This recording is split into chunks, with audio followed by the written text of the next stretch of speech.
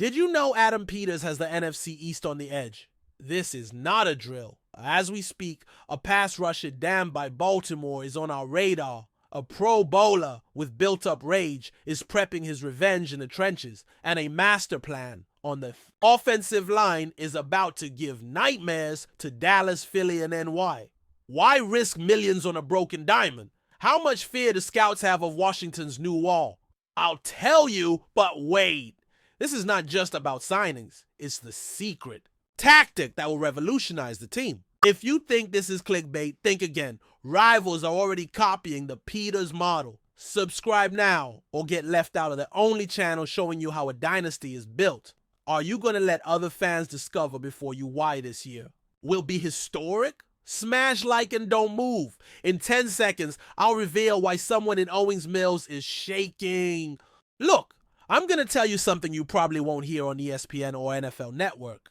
The Commanders are keeping a very close eye on David Ojabo, and this could be the smartest move no one is seeing coming. And I'm going to explain exactly why this is much bigger than it appears. Do you remember Ojabo? This guy was a sure first-round prospect before that devastating Achilles injury in 2022. But I think people already forgot how dominant he was at Michigan. Let's remember some numbers. In his last healthy season, Ojabo registered 11 sacks in 12 games. 11 sacks. This wasn't an average player. He was a destructor of quarterbacks. But here's the detail that has me thinking. Baltimore might cut him, and Anthony Palacios from Last Word on Sports thinks Washington would be the perfect destination. And you know what? I completely agree, but for reasons much deeper than you think. First, let's talk about the situation in Baltimore. The Ravens have one of the deepest defensive lines in the NFL. Roquan Smith, Justin Madderboyk, Kyle Van Noy, Odafe Owe. Ojabo is competing against elite talent for minutes. In Washington, it's completely different. We need exactly what he can offer. A pass rusher who can rotate and keep our starters' legs fresh. Now I ask you this. Why would Adam Peters, who has proven to be a genius in talent evaluation, be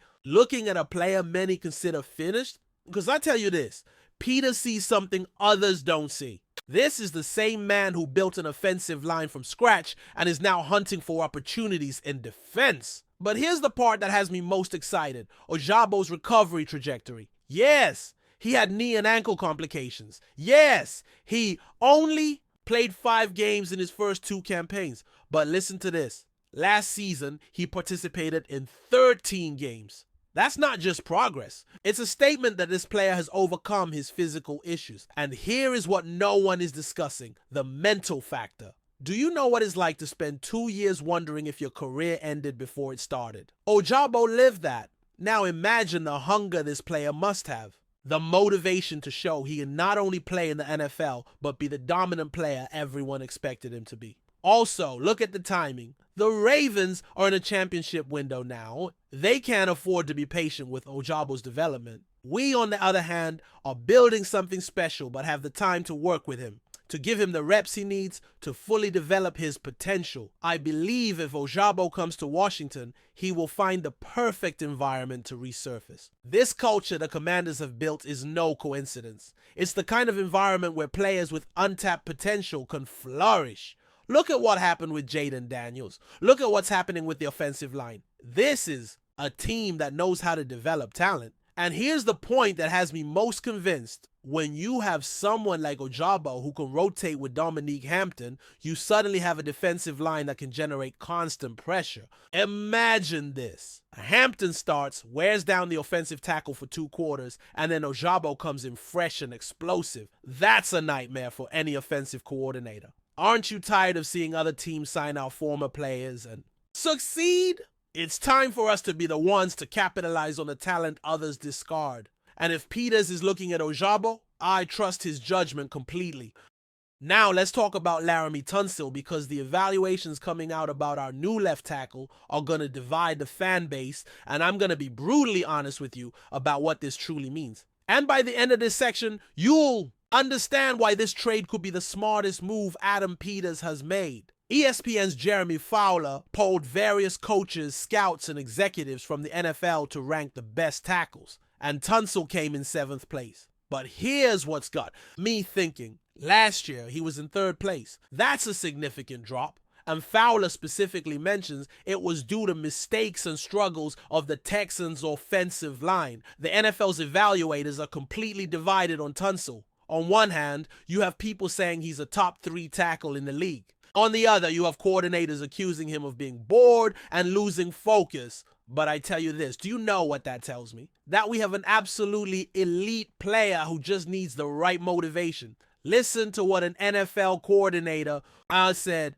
Honestly, I think he just gets bored and loses focus sometimes. But I bet he'll be highly motivated in Washington. And when he is, he's among the best. Do you get what's happening here? Tunsil is not a bad player. He's an elite player who had to endure years of mediocrity in Houston. But let's go deeper. Do you know what Houston has been like for an offensive tackle in recent years?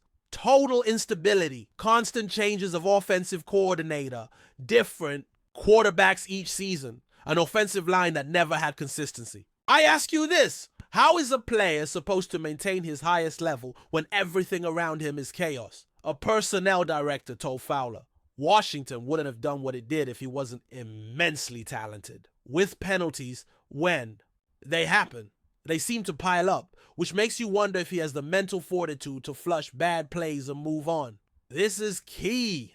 Penalties are not a talent problem. They are a concentration problem. Now I ask you this, how do you think a 5-time Pro Bowl tackle feels when he finally arrives at a team that has direction, that has a quarterback, frankly, on the rise like Jaden Daniels, and that has a real plan to win?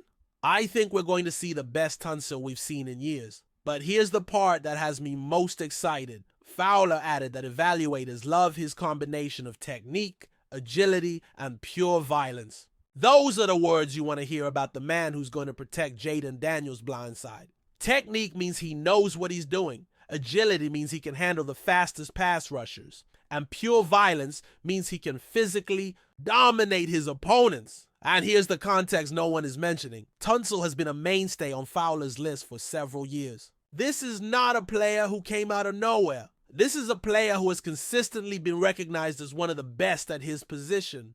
The fact that he had a tough season in Houston doesn't erase years of excellence. An AFC scout told Fowler, he's still a top 3 tackle for me. And anything you can do to protect Jaden Daniels and load up while he's on his rookie contract is smart. They gave up a bit more than I'd like, but I trust AP knows what he's doing. There you are. Have it. A scout who evaluates talent for a living says Tunsil is top 3.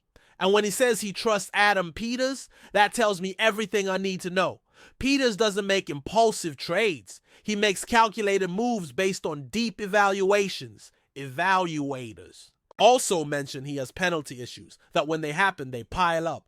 But look, every great offensive tackle has had penalty issues. Trent Williams had penalty issues in his early years. Tyron Smith had penalty issues. It's part of playing the position with the necessary intensity to dominate elite pass rushers. Believe this trade will go down as one of Peters' best moves, period. And when Tunsil is protecting Jaden Daniels in January, all these doubting evaluators will have to eat their words.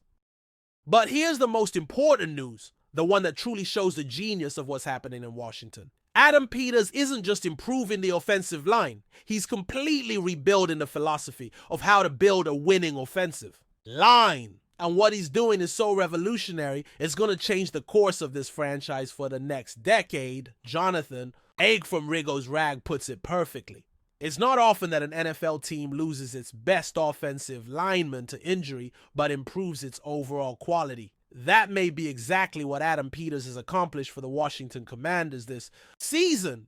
Do you get the magnitude of that statement? Even losing Sam Cosmi, who was our best offensive lineman, Peters has built a line that is better than last year's. That's not luck. That's pure genius. For years, and I say years, the previous regime saw cheap free agents and late-round draft projects. Agag describes it as shopping in basement free agents and looking for development projects in the later rounds of the draft. The result? An offensive line that struggled to be mediocre. Think about this. The only truly reliable player was Sam Cosmi, who happened to be the only lineman drafted in the first 2 rounds under the previous regime. They brought in Charles Leno Jr., a solid left tackle looking for a final chapter in his career. The rest was held together with thread and prayer. Now I ask you this. What happens when a general manager finally decides to invest in protecting his quarterback? Peters brought in Tyler Biedas and Nick Allegretti as young veterans. Drafted Brandon Coleman in the 3rd round. They all became starters in 2024. That's no accident. It's superior talent evaluation. But this year, Peters made even bigger moves. The centerpiece was a trade for 5-time Pro Bowl Tunsil. Then he used his 1st-round pick on Josh Connolly Jr. It was the first time Washington used his 1st-round pick on an offensive lineman since Brandon Scherf in 2015, the last lineman to make the Pro Bowl in Washington. Do you understand the historical significance of that? 10 years. 10 years without using a 1st round on the offensive line. 10 years ignoring the trenches. And now Peters comes in and says, this is over. Here's what has me most excited. Even with the loss of Cosme to injury, the Commanders are better positioned to improve their offensive line play. When that elite right guard eventually returns, this line could be among the best in the league. Look at the depth Peters has built. Tunsil at left tackle, completely locked in. Biedas secured at center, providing the stability we haven't had. Since the early retirement of Chase Rollier, Connolly developing at right tackle with Andrew Wiley as a solid backup. But here's the part that shows Peters' genius. Wiley isn't just a backup. Algie explains that he's not a dominant player, but he's not a gaping hole either. His pattern has been to start slowly, but improve as the season progresses. That's exactly what you need in a backup. Reliability and the versatility Peters' built is incredible. Coleman can move to left guard. If he needs more time, Allegretti can take charge. Wiley has played guard in the pros, so the switch shouldn't be too difficult. Both came from Kansas City, where each started on a Super Bowl winning team. Peters even improved the deeper depth. Nate Herbig is an upgrade over Michael Dida and Chris Paul as guard and center backup. He's a bigger, more powerful blocker on the inside, which is something Washington has prioritized. He kept Trent Scott for backup at tackle, signed Foster, Sorrell from the Chargers, and even picked up a promising undrafted free agent in Tim McKay. Here's what has me most impressed. Peters is thinking long-term. McKay, the UDFA from NC State, may be hurt now, but Peters sees him as an excellent prospect who can play both guard and tackle. That's planning for the future, and the strategy is clear. Peters is intent on not making the same mistake Washington's previous regime made in virtually ignoring the offensive line. He saw what happened during years of neglect and said, never again. I believe what Peters is doing is showing we finally have a leader who understands you can't win in this league without investing in the trenches. Years of ignoring the offensive line cost us entire seasons. Now we have a man who says never again. The philosophy is simple but revolutionary. Prioritize acquiring quality players. It seems simple enough, but somehow this eluded the previous regime. Ayo says. And when you have that philosophy combined with Peters' superior talent evaluation, you get results like what we're seeing. This is not just about protecting Jaden Daniels, though that's crucial. This is about building a winning identity. This is about sending a message to the entire league that Washington is building something special and lasting. Look, I've been covering this team for years, and I've never seen such a complete transformation in roster building philosophy. These moves are not coincidence. They are evidence that we finally have leadership that understands what it takes to win in this league. Do you think Ojabo could be the defensive piece we need if Baltimore cuts him? Are you convinced Tunsil will prove he's an elite tackle in Washington? And what do you think about Peters' strategy of completely rebuilding the offensive line? I want to know what you think. This is your community. This is your Burgundy and Gold family. I need you to join this conversation because the moves we're seeing are historic, and I want us to be the first to analyze them together. If this information helped you, if you learned something new you didn't know, I need you to subscribe to this channel right now. We are the only source bringing you these exclusive insights on the Commanders. Leave me a comment with your predictions on how the season would turn out with these changes. And remember, hail to the Redskins.